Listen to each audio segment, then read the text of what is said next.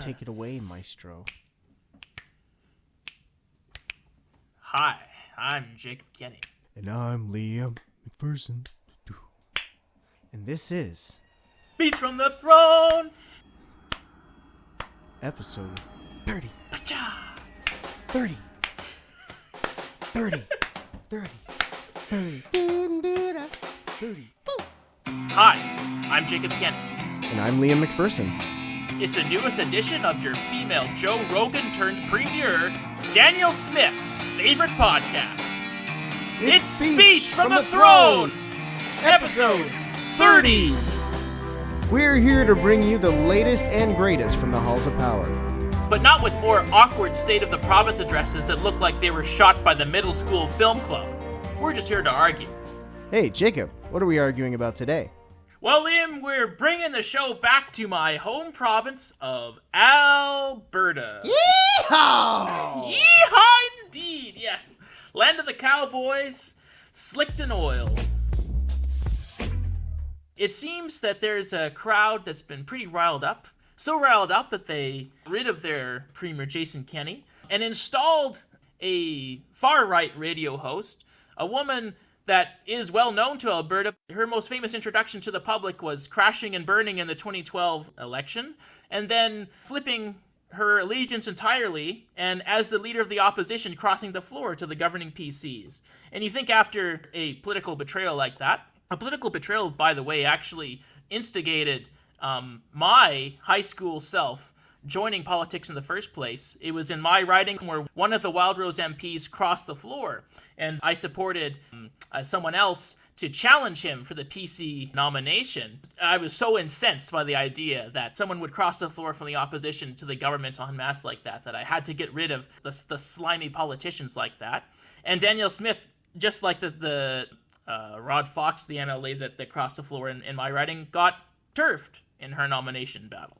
So it's been an interesting time for her. You know, she's gone from losing a nomination race where there was barely 2,000 people voting to winning a very huge and widely contested race for the UCP nomination. So it's a huge reversal of fortunes, and all built on some hyper-intense nationalist, sovereigntist rhetoric.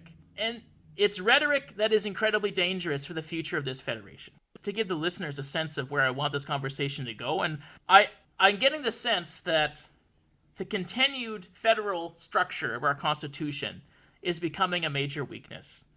And the way that we first envisioned federalism to work in the Canadian Constitution, the way that the Fathers of Confederation envisioned it, and they were directly citing Britain's unitary state. They never thought of the provinces as being a very particularly serious jurisdiction. It would just be a way for local elites to meaningfully participate in government and in the administration of their people. But most of the most important powers that existed for government in the 19th century would be the exclusive domain of the federal government. And you can definitely tell that from the fact that the federal government was given in the British North America Act the exclusive taxation jurisdiction. No one guessed that healthcare, that education would become such huge portions of the provincial budget, and particularly when provinces were given control and ownership of their natural resources, I don't think anyone could have possibly guessed that Alberta would be sitting on hundreds of billions of dollars of natural resources, and that access to those natural resources and the refinement of those natural resources may in fact danger the human race. None of that was possibly imagined in the constitutional negotiations that brought about the birth of this country. And the problem is that all of those problems exist now, and we have incredibly inadequate tools to address them. So Albertans do have a reason to be angry with the federal government. Daniel Smith's solution to this problem seems to be just burn up the Constitution. And you know what?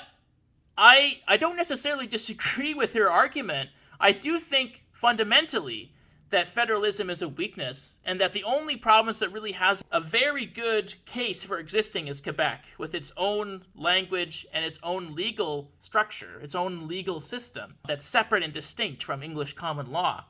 But obviously, Danielle Smith reaches a completely different conclusion. Danielle Smith is willing to play ball with people that don't want, more powers for the central government, for the federal government. That's to play ball with people that want Alberta as its own sovereign nation. And so even though Bill 1, the Alberta Sovereignty Act within a united Canada, has that little piece appended to it, the within a united Canada, it still is making very clear a statement that Alberta feels uncomfortable in confederation. And that's a dangerous statement to be putting into the world. Because Canada is fragile. The provincial governments have more power of the purse. They're more intrinsically important in people's lives than the framers of our Constitution ever imagined they would be. And we have in the United States a riled up right-wing populist base that's active in Canadian politics, that's watching Canadian politics, and that every once in a while donates and intervenes in Canadian politics. And I'm very afraid that Danielle Smith and the cabinet of people that ran against her but are somehow willing to stand behind her now that it's politically convenient to do so, they're playing ball with people they really need to be avoiding. And they're bringing up emotions that need to be bottled up instead. I mean, I certainly, you and I have similar thoughts on Danielle Smith and her politics and her shamelessness. I don't think she even has an ounce of shame when it comes to how her political career has looked in the past about a decade. We made the joke at the beginning that she was like female Joe Rogan's turned premier's favorite podcast, because literally, she kind of is something of a female Joe Rogan. Every bit of information she cites has been found to be debunked, found on some website, but everything that comes out of her mouth tends to be incoherent. She just absorbs information very uncritically and then republishes it to a massive believing audience. Spews it out is a better word, Jacob. Republish is polite. Spew is the correct word. And it spreads everywhere like a virus. And it's degraded the public discourse in Alberta for sure. I mean, Jason Kenney was the warm-up act for that, so he helped set her up. No one disagrees that Alberta has problems and that Alberta has problems with Canada, and Alberta has probably some valid grievances there. But on the flip side, you can't go completely batshit just because you don't like the deal you're getting from the feds when they're asking you to diversify your economy, And I don't completely blame the province for that. A lot of that is federal government's successive fault to help Alberta diversify away from oil and gas. But here we are. And they're super, super invested in one industry. That was their cash cow for a long time. They provided, I will allow a lot of equalization dollars for sure. That's a common argument that's made. I'm not ignoring that. But that's changing now as industries change over time in different places. And the federal government should be assisting financially with that, should be assisting with the transition to green tech or other industries that you can transition these workers into, if possible, so that you can save their livelihoods. I get all of that. Trust me, I hear all of that. What I don't get is just going rogue or Rogan on the province and dropping the hot steaming pile of shit that is the Sovereignty Act. Yeah. And Jacob, as much as I know you're probably were kindred spirits about Danielle Smith and how we can critique her. I disagree with you, on the fact when you said, "Oh, I'm kind of in agreement with, fuck the Constitution sort of thing." I don't agree with that for sure, because it's tough, right? Because the Constitution is flawed. Like, there's a notwithstanding clause, right? Now that's being abused by provinces. Yeah. That's essentially a trump card anyway. So, if fuck the Constitution means replace it with a better one, then I'm with you. If that's what that means, then I'm with you, actually, to be honest. Absolutely. At first I thought that you meant fuck the Constitution, like fuck rules. And sorry, I see what you mean now. So I think obviously constitutional reform is important if it were not impossible. And something to be said, because it's impossible, provinces might go rogue. I see what you're saying there. If she's as hard-headed about it as she could be, it's going to lead to a lot of problems. I don't know where it's going to end up economically, politically, or anywhere else for the Albertans, who are sort of beholden to all of this, caught in the middle. But I don't think the solution, Jacob, is to have a unitary state. So that's my other point of disagreement. I don't think the solution is to have a unitary state plus Quebec as sort of an autonomous region. I know it would simplify things a lot. I get that. But I think it's important to have provinces be able to decide. I mean, is that something of an American idea, I suppose? I think there are benefits to that. Because if a unitary state decides to go rogue, and let's say a unitary state goes rogue in the sense that let's say you had a left-wing government in for 30 years, and then they got really corrupt, and then right-wing populists got in and completely turned, went hard anti-gay, hard anti-minority, hard anti-women, blah, blah, blah, and just started going crazy because they won a majority. Say, like how Bolsonaro came to power after, a very corrupt Lula. So that's a real-life example. Good thinking. So there's a real-life example. So a Lula-Bolsonaro kind of situation happens, right? The consequences are a lot greater for 38 million people if a unitary state goes rogue versus if one province goes rogue. That's what I think the benefit of having provincial entities is. As annoying as it is to go look at Danielle Smith and be like, she's a pariah, what is she doing? This is infuriating. It's better than Pierre Poilievre in charge of a unitary Canada going rogue and implementing a terrible war on drugs policy from 1984 that failed 40 years ago, So yeah, I don't know. So Hillary Clinton made a very similar argument against universal health care in the 2016 election, where she basically said, well, if we ever have universal health care in the United States, it will be like in Canada where it's the states that are in charge. And would you trust your red state governor to administer your health care? And then everyone's like, boo, no, not the Republicans. I want to have to pay, my entire salary and medical insurance for the rest of my life. Yeah, woo. Yeah. So come on, fair point. Can you not trust politicians? Yeah, of course you can't fucking trust politicians. It doesn't matter what type of state you have. You always have to be very actively engaged in politics, and there's always a possibility that someone you don't like could be elected. Then if someone you don't like is elected, you got to organize very vigorously to fight against them. The type of state that you have and the powers that are granted to that state are completely irrelevant. Now that said, when you were citing the Hillary Clinton example, is that states in general historically are a lot more powerful than Canadian provinces are. No, that's not true. A lot more powerful. It's a not lot even more true. powerful. So the American Constitution, states have a wider range of things that they can indeed pursue. But ever since the Civil War, there's a very clear principle that the federal government supersedes state government's orders. And that's why, for instance, lots of states now that have made it legal to sell marijuana, but because it's still federally illegal, a lot of the business of marijuana in the United States remains very much under the table. And even to this day, the U.S. Congress is considering a bill to change this right now. To this day, companies that sell weed in the United States cannot open bank accounts. Yeah. They have to deal entirely in cash, which is sort of crazy when you think that these are multi-million-dollar corporations to some extent.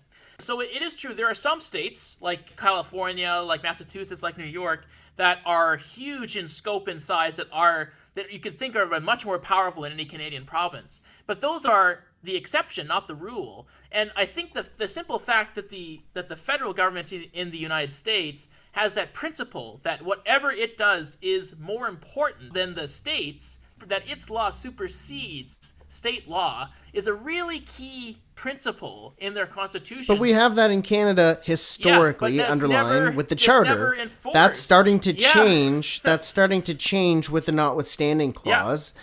So to dissect the differences in the system, obviously, I'm with you for constitutional reform if it was ever on the horizon or possible, because it's so desperately needed. There can't be any sort of notwithstanding clause if you are to have the charter be an all-powerful document. There just can't be. There just cannot be a notwithstanding clause. Because the minute that one guy goes squirrely with it, a.k.a. François Legault, a.k.a. Doug Ford, it completely ruins you've now set precedent that anything you don't like, and some would argue, well, there are limits on it because, the public reacted very negatively when the government used it, and that was an embarrassment for the government. So, there are exceptions, but it's still, this is something we're seeing very recently. And this is until very recently, we thought the charter was relatively watertight, and we thought the notwithstanding clause was shameful enough to be used, that political consequences would be too great.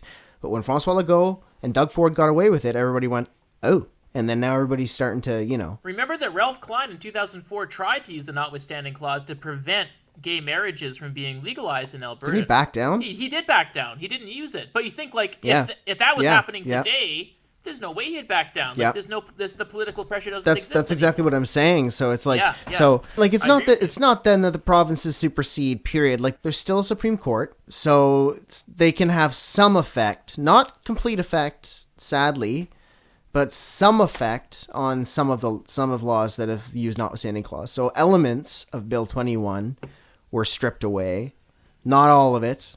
You know, that's why it's still in place. You know, and I think it probably will be challenged at the Supreme Court, and maybe something will come of that. You know, we'll see. I'm not saying that the battle's lost on that one, but so far only parts of it have been struck down. So it's more challenging for a judiciary to respond to a law that has used the notwithstanding clause.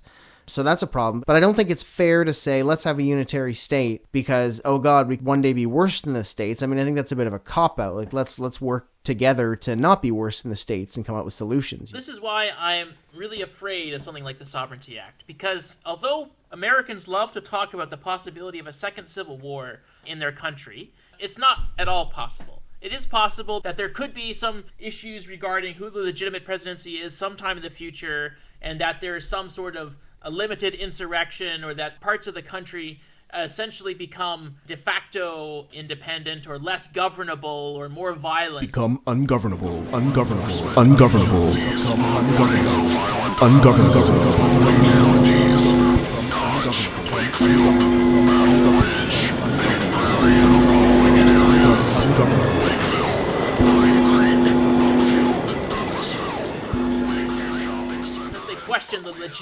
They question the legitimacy of the federal government. But at the end of the day, the United States has an incredibly massive army. They have a huge federal bureaucracy, and the power of the purse of their federal government is staggering. And it's not just staggering in comparison to every other country, but most important, it's staggering in comparison to any individual state and all the 50 states combined. Their federal government, you can dance around the powers enumerated in their constitution, but at the end of the day, power is determined by money. It's determined by soldiers at your control. It's determined by the resources you have at your hand. And nothing compares to the resources at the disposal of the American president in their system.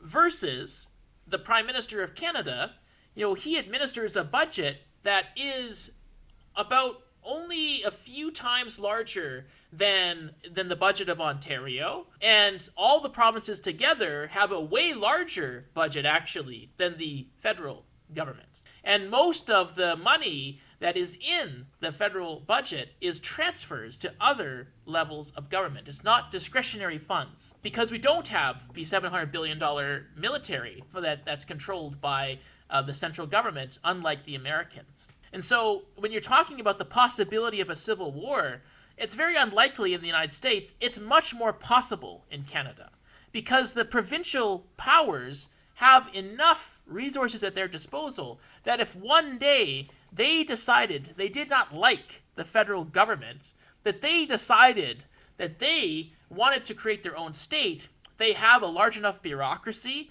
they have a large enough tax base, like if you're a province like Quebec that can collect your own taxes. Yeah, they wouldn't have a military. They have their own police forces. Okay, but how's that going to go up against a tank and jets? We only have a few tanks. We only have a few jets, Liam. I mean, you're talking about. Well, they could be used against Alberta. Come on. Completely pathetic. I'm not saying they should be, but I'm saying if a federal government wanted to go Spain on Catalonia, for example, they could 100% roll in the military, and that would be it.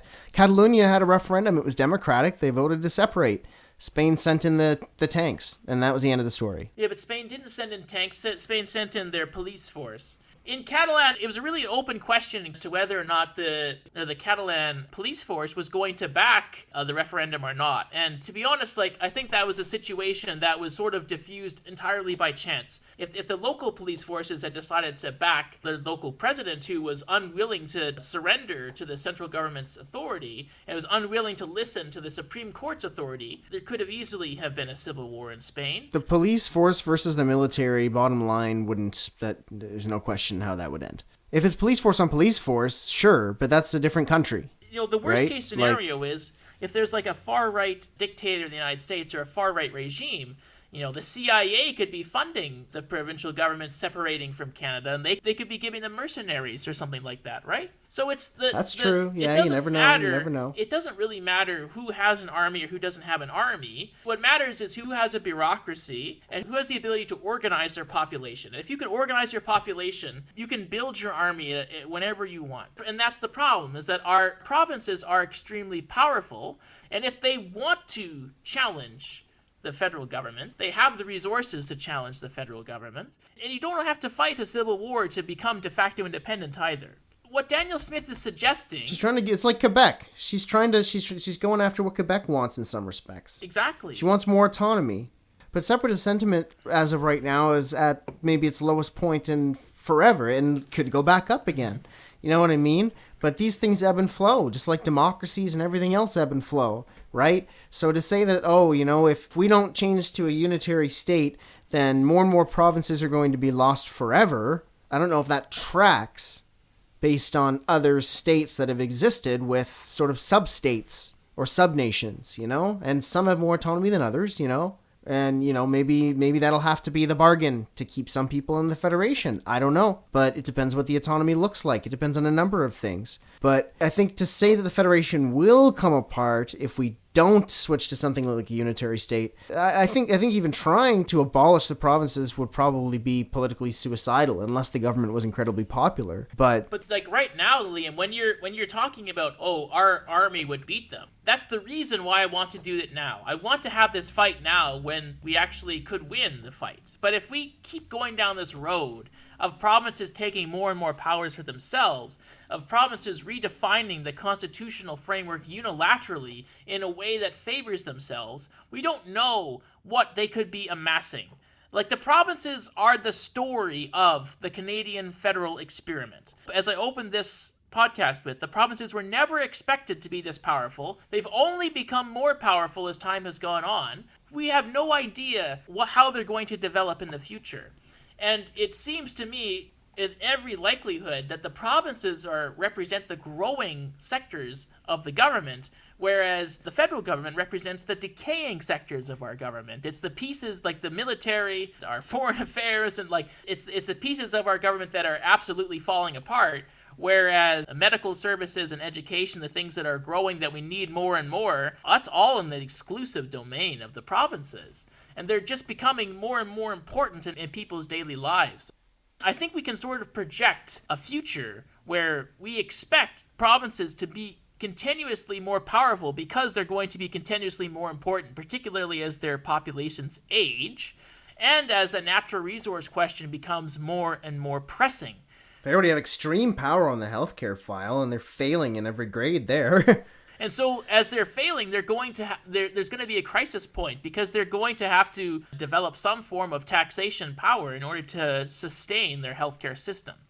And once that happens, all bets are off in a very real sense. There's very obvious change that is demanded by the system. And what I'm suggesting is we need to manage that change. We need to manage that change to ensure that it's the federal government that is maintaining or expanding its powers, not the provincial government, which is maintaining or expanding their powers, because the provincial governments absolutely cannot be trusted with those powers. Particularly the provinces of Alberta and Saskatchewan would have made it immensely clear that they are unhappy with this current confederation and seem to be willing to resort to some form of extra legal action to break it up or dismantle or otherwise disrupt the federation. Until a conservative gets in power, and then they'll be so happy. Yeah, well, the conservative power is just going to use federal powers to basically forgive those two provinces for everything that they've done and more or less regulate their behavior and make the path easier for them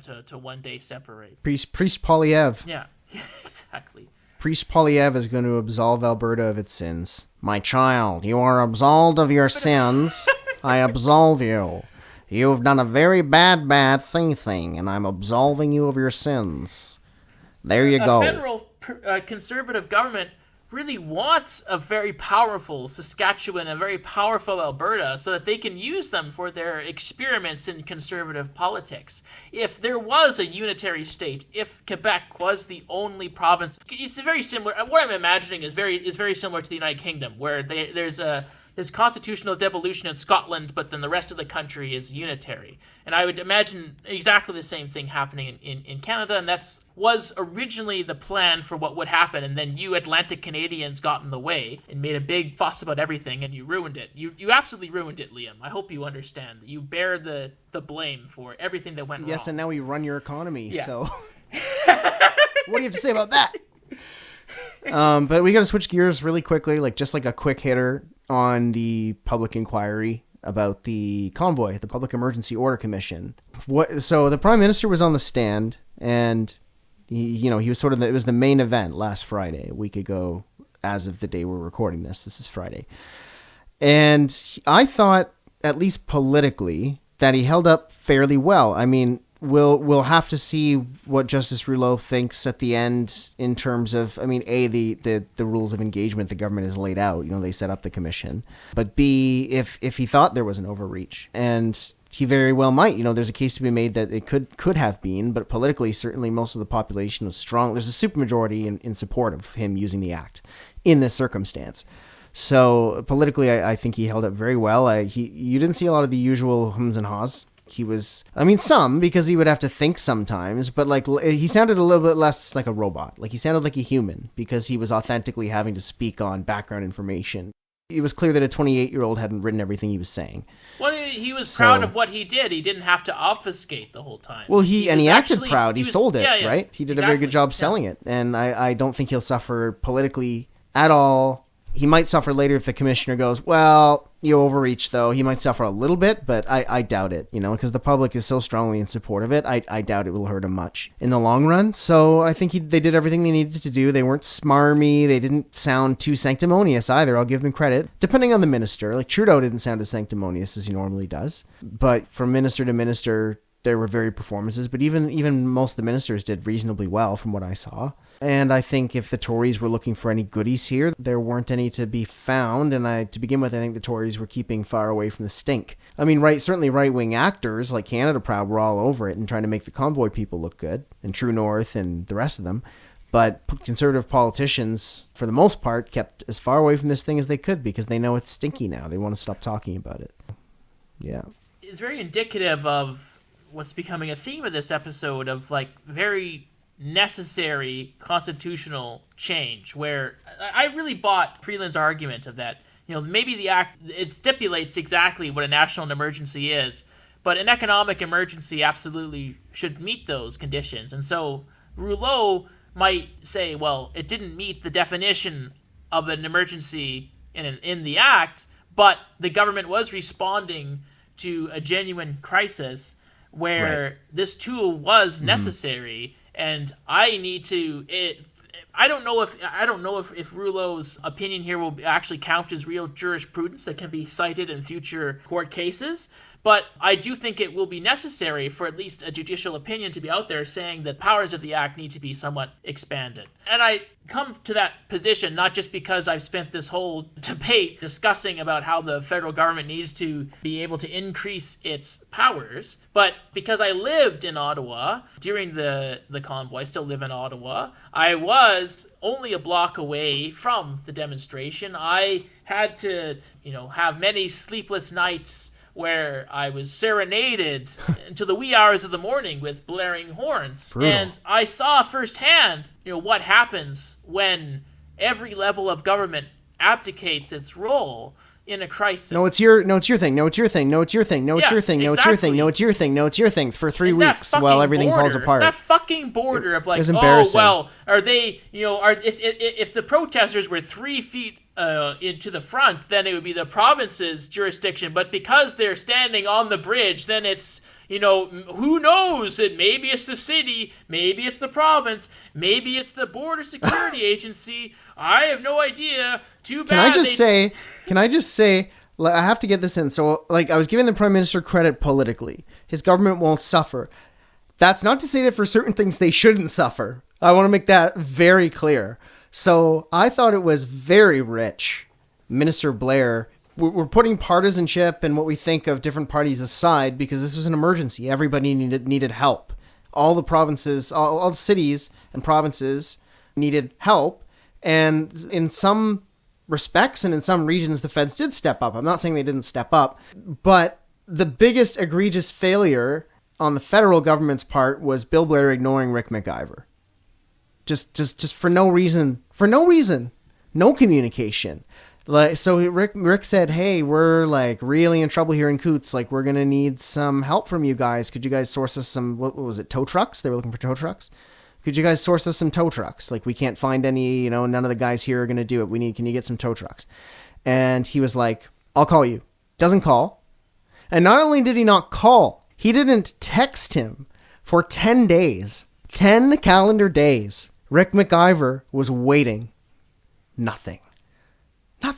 He texted him like on like the 17th or 18th. He was like, of February. He was like, you there? Or like any update or something like that? No response. The 21st, very disappointed. Thanks for nothing, or something along the lines of that. Like all the texts were at the commission, and then Bill Blair said something like, I'm paraphrasing here, so these aren't exact, but Bill Blair said something like, "Oh, disappointed that we acted to solve your problem." He's like, "Don't be fucking smarmy." He's like it's like, oh my God, man. Like, why is Bill Blair still a minister? I think this goes towards more my point, Liam, is that the reason why these two are not communicating is because you have two levels of government that are intrinsically at odds with one another. And so I don't know. Well, there's that, but could it also be the erosion of talent at the federal level when you have jokers like Bill Blair in fucking cabinet? He's someone that really shouldn't be in there. But I don't know how a different minister would have acted profoundly different. Like, he may have been more kind to Rick McIver, but the problem is that when you have a provincial government who's took it as its mandate to shit on the federal government,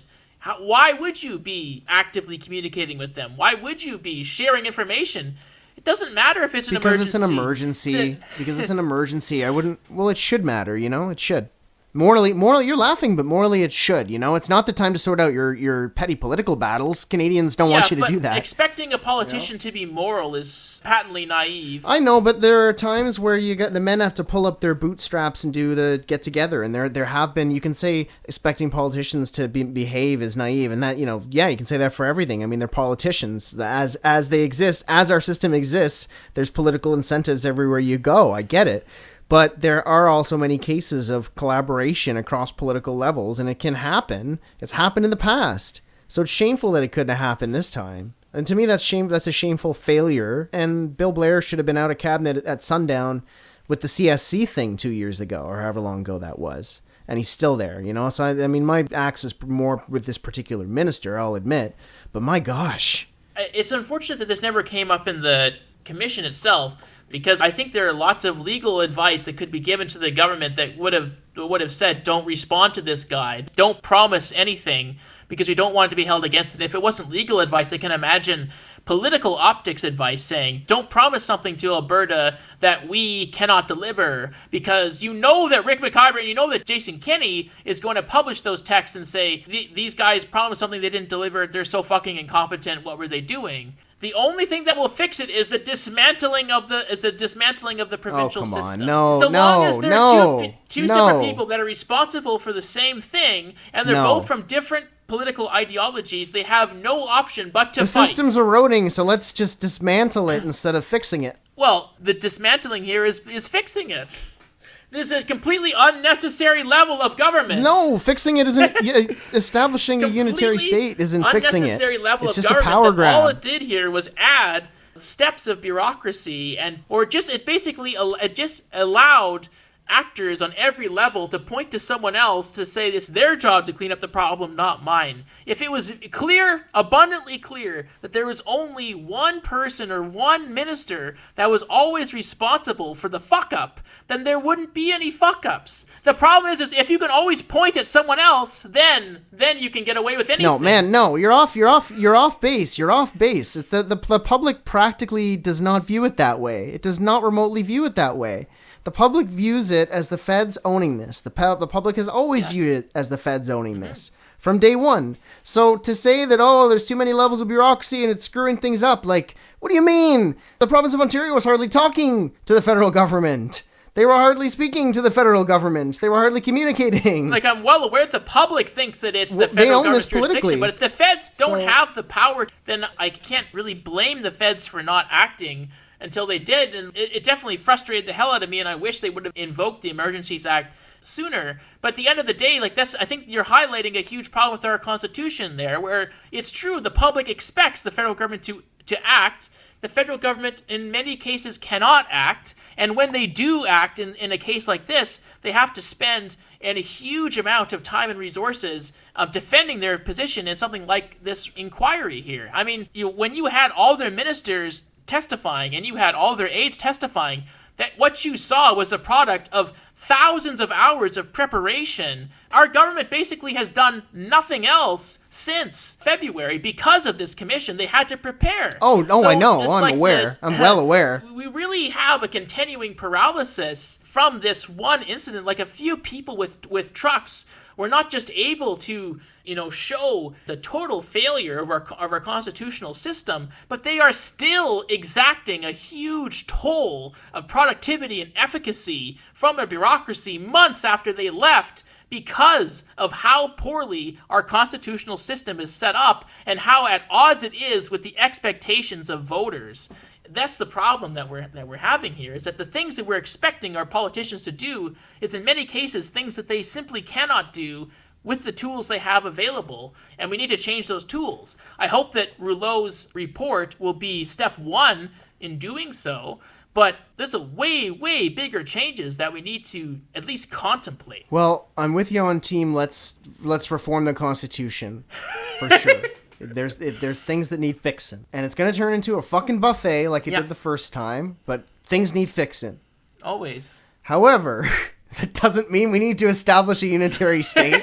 I don't agree with you on that. You made an eloquent argument for it. I wasn't sold. Maybe other people, listeners, maybe you'll be sold on it. Maybe you agree with Jacob. Maybe you think I spouted a bunch of drivel, or maybe you think that Jacob spouted a bunch of drivel. In any case, if you have feedback, you can reach us at speechfromthethrone@gmail.com. That's speechfromthethrone@gmail.com. Thanks so much for listening today. Hope you enjoyed it. I put some hot sauce in me today so I could get a little bit zippy with Jacob. Spicy, I like it. I got a little spicy today, but I hope you enjoyed that. I know I certainly did. See you in the next one. Take care of yourselves. Bye, bye, bye. Bye, bye, bye.